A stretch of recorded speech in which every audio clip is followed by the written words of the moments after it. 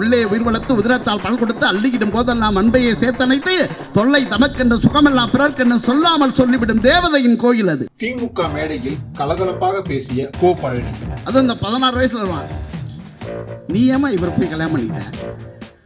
மகாலட்சுமா இருக்கேம்மா, எப்படி உனக்கு இந்த சாய்ஸ்? கேரம் போர்டு வெள்ளை ஆதிக்கம் கொண்ட விளையாட்டு, அதில் வென்றவருக்கு 1 கோடி பரிசு வழங்கியவர் எங்கள் உதயநிதி என்றார். கேரம் போர்டு நீங்க பாத்துருக்கீங்களா? கேரம் போர்டுல கருப்புக்கு 5 மதிப்பெண், வெள்ளைக்கு 10 மதிப்பெண். என்ன வெள்ளைக்காரன் கண்டுபிடிச்ச ஆட்டாது. அதில் வெற்றி பெற்றவர் வேற யாரும் இல்ல, தமிழ்நாட்டை சேர்ந்த காசிமான்கிற ஒரு பெண் 3 பதக்கத்தை வாங்கி விட்டார்களுக்காக நம்முடைய துணை முதலமைச்சர் 1 கோடி ரூபாய் கொடுத்து அந்த பெண்ணை வாழ்த்திருக்காரா இல்லையா? மும்மொழி கொள்கையால் இடைநிறுத்தங்கள் அதிகரிக்கும் எனவும் பேசினார். இன்னைக்கு மும்மொழி கொள்கைனா இடைநிற்றல் அதிகமாகும். உண்மையா சொல்ல பாருங்க. கன்னியாகுமரி கண்ணாடி பாலம் ஞானத்துக்கும் தியானத்துக்கும் இடையான பாலம் என்றார். விவேகானந்தர் சிலை என்பது தியானம், வள்ளுவர் சிலை என்பது ஞானம். ஞானத்துக்கும் தியானத்துக்கும் இடையே பாலம் அமைத்தவரே நம் முதல்வர் தான் என்பதை மறந்துடாது. தொடர்ந்து பேசுகையில் சட்டசபையில் அண்ணா மற்றும் கலைஞர் பேசிய நகைச்சுவை நிகழ்வுகளை சுட்டிக்காட்டி அரங்கை கலகலப்பாக்கினார் கோ பழனி. ஒரு முறை காளிமுத்தையா அவருக்கு சொல்லிருக்காரு, தூத்துக்குடியிலே முத்தெடுக்கிறார்கள், திமுக நஷ்ட கணக்கே காட்டுகிறது, எனக்கு விளக்க வேண்டும் அப்படின்னு சொல்லியிருக்காரு. உடனே அவர் சொன்னாரா, தூத்துக்குடியில் அரும்பாடுபட்டு முத்தெடுக்கிறார்கள், அது என்னவோ நல்ல முத்தாக வரும் என்றுதான் எடுக்கிறார்கள், அது என்னவோ காளிமுத்தாகவே வருகிறது. இன்னைக்கு சம உரிமை, பெண்களுக்கு சொத்துரிமை, பெண்களுக்கு சம உரிமை நடந்துட்டு இருக்கா இல்லையா? உண்மையை சொல்லுவாங்க. மதிய உணவு திட்டத்தை அன்னைக்கு நீதி கட்சி கொண்டு வந்தது, அதுக்கப்புறம் காமராஜர் மிகப்பெரிய விரிவுபடுத்தினார். ஆனால் இன்றைக்கு காலை உணவு திட்டம், வயிறார குழந்தைகள் கூட காலை உணவை சாப்பிட வேண்டும் என்று கொண்டு வந்த திட்டம் இல்லையா? நல்லா நினைச்சு பாருங்க. ரொம்ப அழகா வாலி அவர்கள் எழுதுவார் நம்ம தலைவரை பற்றி.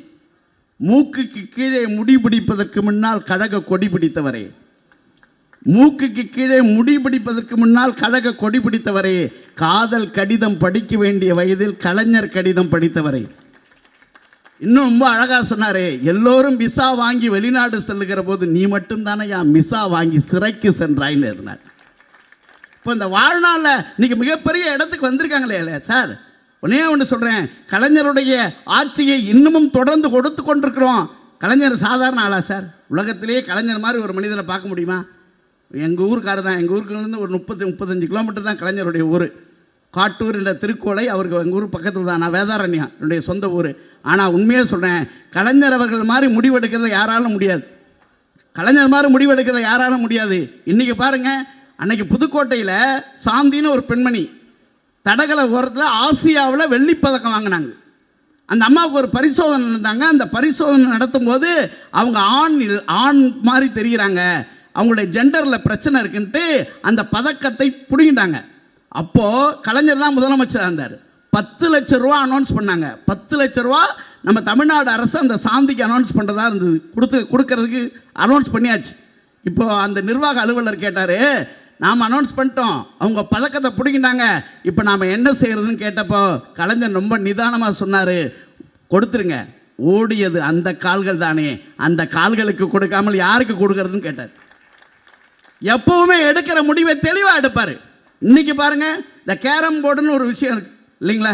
இன்னைக்கு நம்ம வண்ணாரப்பேட்டையில், பழைய வண்ணாரப்பேட்டையில் ஒரு பொண்ணு, காசிமான்னு ஒரு பொண்ணு ஜெயிச்சிருக்குல்ல. பழைய வண்ணாரப்பேட்டையில் காசிமான்னு ஒரு பொண்ணு.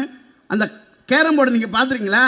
கேரம் போர்டில் கருப்புக்கு 5 மதிப்பெண், வெள்ளைக்கு 10 மதிப்பெண். என்ன வெள்ளைக்காரன் கண்டுபிடிச்ச ஆட்டாது. உண்மைங்க, கருப்புக்கு 5 மதிப்பெண், வெள்ளைக்கு 10 மதிப்பெண். அதில் கூட அந்த ரெட்டு இருக்குல்ல, ரெட்டு, அந்த ராணி அதை தனியாக அனுப்ப மாட்டான், ஒரு சோல்ஜரை கூடவே அனுப்புவான் பாதுகாப்புக்கு. யோசிச்சு பாருங்க, வெள்ளை ஏகாதிபத்தியம் நிறைந்த விளையாட்டு கேரம் போர்டு. அதில் வெற்றி பெற்றவர் வேற யாரும் இல்லை, தமிழ்நாட்டை சேர்ந்த காசிமான்கிற ஒரு பெண்.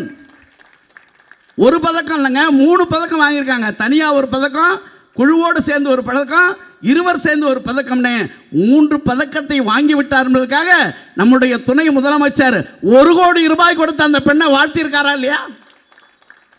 முதலமைச்சர் சொல்லியிருக்காரு, ஏழை எளியவர்களின் வெற்றி தாமா திராவிட மாடல் ஆட்சியின் வெற்றின்னு இருக்காரு. அப்போ நமக்கு தெரியணுமா இல்லையா? இன்னைக்கு என்ன பிரச்சனை தெரியுமா? தமிழ்நாட்டுக்குள்ளே அவங்களால ஒன்றும் செய்ய முடியல. அதான் அவங்க பதறாங்க. தமிழ்நாடு எல்லாத்தையும் கண்டுபிடிக்கிற மாநிலமாக இருக்குது. மும்மொழி கொள்கை அப்படின்னு ஒன்று கொண்டு வர்றாங்களா இல்லையா? நம்ம இருமொழி கொள்கையில் ஏற்கனவே வெற்றி பெற்றுட்டோம், மிகப்பெரிய இடத்துல இருக்கோம். நான் ஒரு சாதாரண மீனவ சமுதாயத்தில் பிறந்தவன், இன்னைக்கு உங்கள் மேடைக்கு முன்னால் நிற்கிறேன்னா இருமொழி கொள்கை என்கிற ஒரு கொள்கை தான் என்னை படிக்க வைத்திருக்கிறது. ஆனால் இன்னைக்கு நம்ம சமுதாயத்தில் நீங்கள் எல்லாம் நினச்சி பாருங்க, இன்னைக்கு மும்மொழி கொள்கைனா இடைநிற்றல் அதிகமாகும். உண்மையாக சொல்ல பாருங்க, தமிழ் மொழி சார் எல்லோரும் வள்ளுவரை பற்றி சொல்லுகிற போது ரொம்ப அட்டகாசமாக சொல்லுவாங்க. 1.25 அடியில் உலகத்தை இழந்தான் வள்ளுவ பெருந்தகை, காலடியை மிச்சம் வச்சான். ஏன் தெரியுமா? உலகமே அவன் காலடியில் வரப்போகிறது என்றுதான் காலடியை மிச்சம் வைத்தான். வள்ளுவருக்கு கொண்டு போய் சிலை வச்சார் சார் நம்ம தலைவர் கலைஞர் அவர்கள், கன்னியாகுமரியில் வச்சார். அப்போ சில பேர் கேட்டாங்க, ஏன் மதுரையில் வைக்கல, கோயம்புத்தூரில் வைக்கல, திருச்சியில் வச்சிருக்கலாம்ல? அப்போ அவர் சொன்னார், வடக்கே ஒரு இமயமலை இருக்கிறது, தெற்கே ஒரு இமயமலையை வைக்க வேண்டும் என்று நினைத்தோம், வள்ளுவனை கொண்டு போய் கன்னியாகுமரியில் வைத்தோம்னாரு. இன்னைக்கு அந்த கன்னியாகுமரியில் ஒரு விவேகானந்தர் சிலைக்கும் நம்முடைய வள்ளுவர் சிலைக்கும் இடையே ஒரு பாலம் போட்டிருக்காங்க தெரியுமா?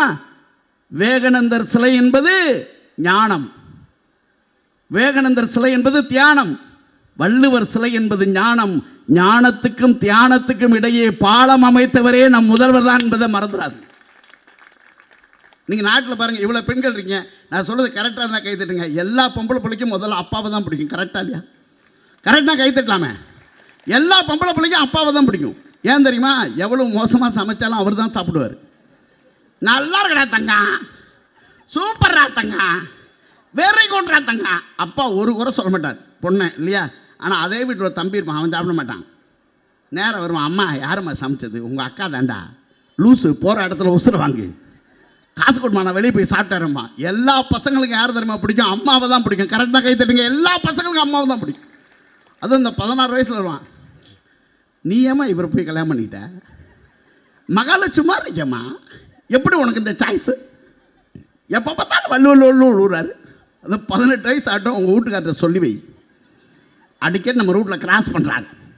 சொல்கிறாங்க இல்லையாங்க, அப்பா ஸ்கூல் விட்டு காலேஜ் விட்டு பொண்ணு வந்தான்னு விசாரிப்பார் ஃபோன் பண்ணி. என் தங்கம் வந்துருச்சா, என் வெள்ளி வந்துருச்சா, என் வைரம் வந்துருச்சா, என் பட்டு வந்துருச்சா, இவ்வளோ கேட்பார் பொண்ணை. பையனை கேட்பார், தோரா வந்துட்டாரா? அவன் வந்தே இருக்க மாட்டான். ஆனாலும் சமாளிக்க இந்த அம்மா, இவன் இப்போ தான் பக்கத்தில் வந்துட்டு பக்கத்து வீட்டுக்கு போயிருக்கான். பின்னாடி இருந்தால் அவங்க தங்கச்சி சொல்லுவான், அப்பா அண்ணன்னு வரல, ஏன்னா போட்டு கொடுக்குறது தான் அதுக்கு வேலை. இந்த 2 பேரும் இணைத்து வைக்கிற உறவு பாலம் யார் தெரியுமா? உலகத்திலேயே தாய் ஒருத்தி தான் சார், அம்மா ஒருத்தி தான். அதுக்கு தான் கண்ணதாசன் சொன்னார், உள்ளே உயிர் வளர்த்து உதிரத்தால் பல் கொடுத்து அள்ளிக்கிடும் போதெல்லாம் அன்பையை சேர்த்தனைத்து தொல்லை தமக்கென்ற சுகமெல்லாம் பிறர்க்கென்று சொல்லாமல் சொல்லிவிடும் தேவதையின் கோயில் அது. பண்பு தெரியாத மிருகம் பிறந்தாலும் பால் தரும் கருணை அது, பசித்த முகம் பார்த்து பதரும் முளை பார்த்து பழம் தரும் சோலை அது, இருக்கும் பிடிசோறு தனக்கென எண்ணாமல் கொடுக்கின்ற கோயில் அது. அது தூய்மை, அது நேர்மை, அது வாய்மை, உலகத்தில் சிறந்தது தாய்மை, அதை ஒப்புக்கொள்வது நேர்மை. நேர்தான் கண்ணதாசன். அன்னைக்கு இப்போ முதல்வர் யோசிக்கிறாரு, அம்மாவும் இல்லாமல் அப்பாவும் இல்லாமல் ஒரு குழந்தை இருந்தா அது வாழ்க்கை என்ன பாடுபடும் இல்லையா? அதற்காக இந்த நிதிநிலை அறிக்கையில் 2000 ரூபாய் வழங்குவோமா என்று சொல்லியிருக்காருன்னு சொன்னால் அதுக்கு ஒரு பெரிய கைத்தறி கொடுக்க வேணாமா? யோசிச்சு பாருங்க. இன்னைக்கு அவர்களை அப்பான்னு அழைக்கிறது கூட சில பேருக்கு பொறாமையாக இருக்கா இல்லையா? அப்பான்னு அழைக்கிறத, அப்பாங்கிறது சாதாரண வார்த்தை இல்லை சார், வார்த்தையா? அது வாழ்க்கை, நம்பிக்கை. அப்பாங்கிறது ஒரு பெரிய நம்பிக்கை. நான் இருக்கிறேம்மா, நீ தைரியமாவா அப்படிங்கிற ஒரு நம்பிக்கை தானே அப்பா. அப்பாவை பற்றி சாதாரணமாக நினச்சிட முடியுமா? நான் முத்துக்குமார் தான் எழுதினார். கோயிலில் சாமி கும்பிட்றப்ப இந்த சின்ன பிள்ளைக்கு சாமி தெரியாது, அப்பா தோளில் தூக்கி காட்டி சாமி பார்த்துக்கடா அப்படிம்பாரான். நான் முத்துக்குமார் சொன்னார், அப்பாவின் தோளில் ஏறி சாமி பார்க்கிற போதெல்லாம் எனக்கு தெரியவில்லை, ஒரு சாமியின் மீது அமர்ந்து கொண்டு தான் சாமி பார்க்கிறோம் என்று எனக்கு தெரியவே இல்லைன்னு சொன்னார். அந்த அப்பாவாக இன்னைக்கு நான் இருக்கேம்மா, நீங்கள் தைரியமா மேலே படித்து வாங்க, உங்களுக்கான எல்லா வசதிகளையும் இந்த அரசு செய்து தரும் என்று ஒருவர் சொல்கிறார்னா அவர் தான் நம்முடைய தலைவர் என்பதை மறந்துடக்கூடாது. எல்லாமே இன்னைக்கு உலகத்தில் எல்லாமே இந்த சமுதாயத்தினுடைய வித்துக்களாகுங்க. ஒன்றும் ஒவ்வொரு செயல்பாடுமே இந்த மக்களுக்காக, இந்த சமுதாயத்துக்காக. இதை எப்படியாவது நல்லது செய்யணுங்கிற, அது விளையாட்டுத்துறையில் வந்தால் மேலே வாங்க, பெண்கள் இந்த படித்த துறையில் வந்தீங்கன்னா மேலே வாங்க, அப்படி பெண்களுக்கான ஒரு ஆட்சியை செய்து கொண்டிருக்கிறதுனா நாம் அதுக்கு பாராட்டணும். உண்மையாகவே பாருங்கள், திராவிட முன்னேற்ற கழகமே பயந்த இயக்கம் இல்லை, யாருக்குமே பயந்ததா இயக்கம் இதனுடைய வரலாறு இல்லை. அண்ணா காலத்துலேருந்து அப்படி தான். அண்ணா அவர்கள் ஒரு முறை சட்டமன்றத்தில் பேசும்போது அப்போ காங்கிரஸ் கட்சியினுடைய வேட்பாளர் சி சுப்பிரமணியம் பேசினார். அவருடைய பேச்சை கேட்டு அண்ணா சொன்னாராம், சிஎஸ்னுடைய பேச்சு இன்றைக்கு இயேசுவின் மலை பிரசங்கம் போல் அவ்வளோ அழகாக இருந்துன்னார். உடனே சிஎஸ் எந்திரிச்சு சொன்னார், இயேசுவை சிலுவையில் அறைந்தது போல் என்னையும் அறைந்து விடாதீர்கள்னார். உடனே அண்ணா எந்திரிச்சு சொன்னாராம், இயேசுவை சிலுவையில் அறைந்தவர்கள் எதிர்க்கட்சிக்காரர்கள் அல்ல, கூடவே இருந்தவர்கள் தான். உடனே பதில் சொல்கிற ஆற்றல் அண்ணாவுக்கு அப்பயே உண்டு இல்லைங்களா? கலைஞர் அவர்கள் தூத்துக்குடியில் ஒரு சட்டமன்றத்தில் இருக்கும்போது ஒரு முறை காளிமுத்தையா அவருக்கு சொல்லியிருக்காரு, தூத்துக்குடியிலே முத்தெடுக்கிறார்கள், திமுக நஷ்டக்கணக்கே காட்டுகிறது, எனக்கு விளக்க வேண்டும் அப்படின்னு சொல்லியிருக்காரு. உடனே இவர் சொன்னாராம், தூத்துக்குடியில் அரும்பாடுபட்டு முத்தெடுக்கிறார்கள், அது என்னவோ நல்ல முத்தாக வரும் என்று தான் எடுக்கிறார்கள், அது என்னவோ காளிமுத்தாகவே வருகிறதுனால. என்றைக்குமே பதில் சொல்கிற ஆற்றல் படைத்தவர்கள் அன்னையிலேருந்து இன்ன வரைக்கும் இன்றைக்கும் அதான் நாங்கள் சொல்லிகிட்டு இருக்கோம். நீங்கள் நிதி தந்தாலும் தராவிட்டாலும் ஒரு தரமான ஆட்சி இந்த தமிழ்நாட்டில் தந்து கொண்டிருக்கிற இயக்கம் திராவிட முன்னேற்ற கழகம். அதுக்கு என்றைக்குமே அழிவில்லை, என்றைக்குமே மிரட்சி இல்லை, என்றைக்குமே புது பாதையை நோக்கி பயணிக்க தயங்குவதில்லை. இன்னைக்கு மொழியையும் சமுதாயத்தையும் காக்கிற கட்சியாக, இன்னும் சொல்ல போனால் இன்றைக்கி சிறுபான்மையினரை காக்க வேண்டிய பொறுப்பு இருக்குது இன்றைக்கி இல்லைங்களா? இன்றைக்கி இருக்க மிகப்பெரிய விஷயமே சிறுபான்மை சமுதாயத்தை, இஸ்லாமியர்களுக்கும் சரி கிறிஸ்தவர்களுக்கும் சரி ஒரு பாதுகாப்பான இயக்கம் எது என்று கேட்டால் அது திராவிட முன்னேற்ற கழகம் தான்.